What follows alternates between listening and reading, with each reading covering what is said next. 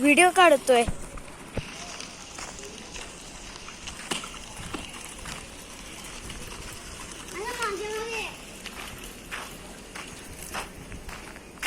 आठ डब्याची वंदे भारत गेली ती. आता दुसरी येईल ती म्हणजे 2226 सोलापूर मुंबई वंदे भारत, पण ती अजून आलेली नाही आहे.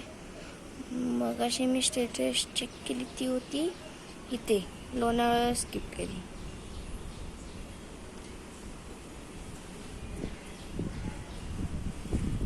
चला तर